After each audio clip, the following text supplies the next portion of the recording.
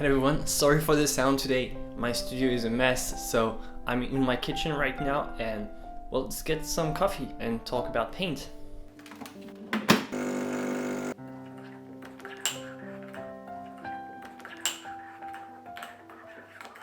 So let's dive right into it. The first mistake is to neglect the values. You need to know these values, hue and chroma. These are the three dimensions of color, and most people, when they think about color, they think about hue.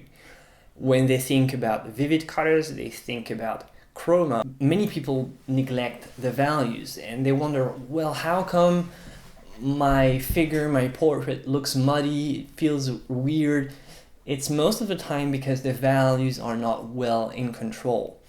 If you want to improve, you have to put values first. So how do you do that?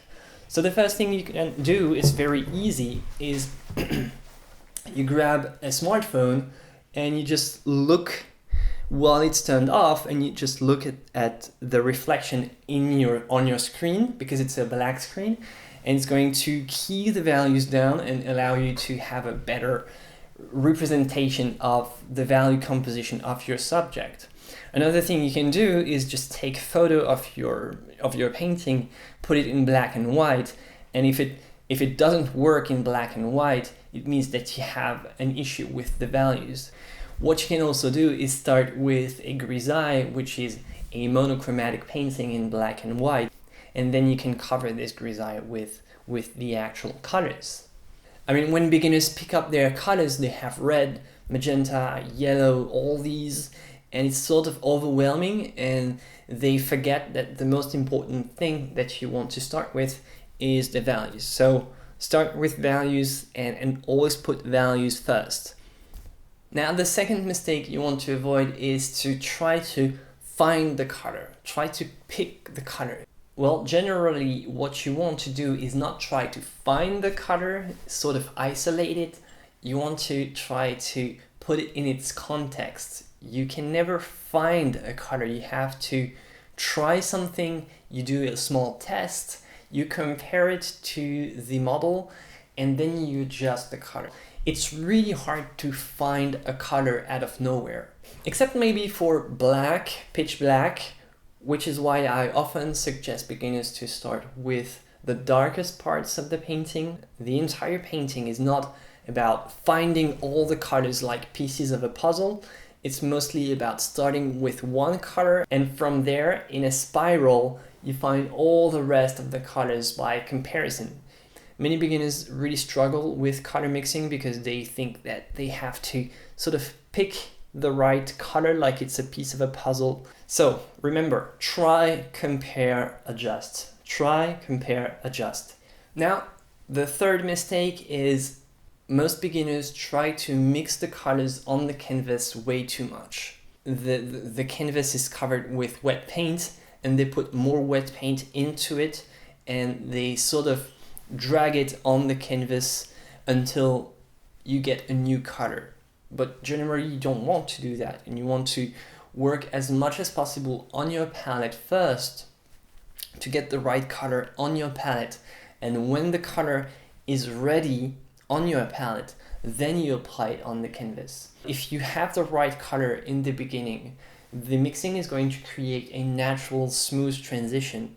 Whereas if you don't have the right color and you expect your brushwork to give you the right color, it's like, I'm gonna use this color whatever, and when I put it on the canvas, it's going to bring me the right color that I'm looking for because I rub it with the previous colors.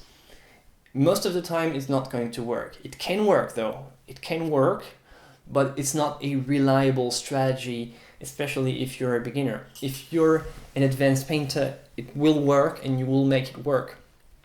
But as a beginner, if you're really trying to figure things out, it's not a good strategy. Now, number 4 is beginners usually don't step back enough to look at their paintings.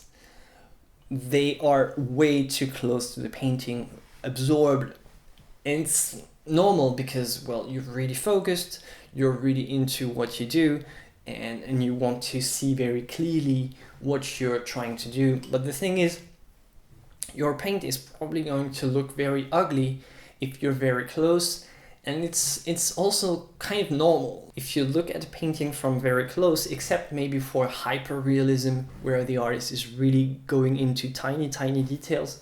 But if you're looking at a normal painting from very close, it's going to look really messy, but as you move away, it's going to make sense. So this is exactly the same thing that you want to do with your own paintings, is you want to give yourself some distance to evaluate how what you're doing is contributing to the entire appearance. It's better if it looks blurry, it's better if it looks messy, but if when you stand back, it makes sense.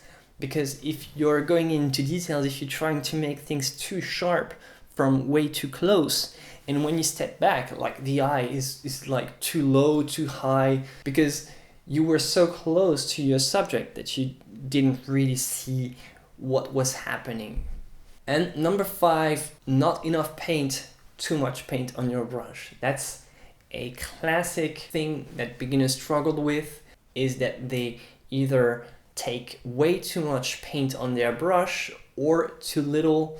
So the issue with taking too much paint on your brush is that it's going to just create blobs and it's going to be out of control. And if you take too little paint, the problem is that your brush is going to just dig into the paint that you already have, the previous layer of paint, and it's going to actually remove some of the paint that you had before. So you want to have exactly the right amount of paint on your brush, and also you want to go back to your palette as often as possible to take some new paint. You never want to put your entire brush and like take a huge chunk of paint. What you want is to have the tip of your brush to take the amount of paint that you think you're going to need. And it's going to come with experience though. Many people really struggle with this at first, but the more you paint and the more you understand exactly. You also have to adjust depending on the medium that you're using. Do you prefer to paint with paint that's fluid? Do you prefer to paint with paint that's very buttery? Basically, the paint straight out of the tube can be used, and the consistency is sort of kind of stiff, but it can be also creamy. It's hard to say exactly what's the right consistency for your paint, because some people prefer stiffness and some people prefer fluidity. It's really hard to say. Now after that, it's up to you to decide exactly what consistency you prefer. What I would suggest is to start with stiffness. So first, don't add too much medium and see how it goes.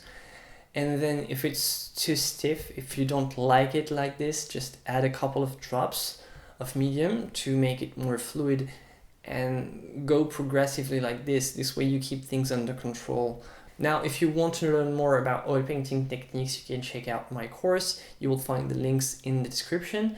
And thank you again to all my patrons on Patreon. You'll also find the links in the description if you want to follow me there.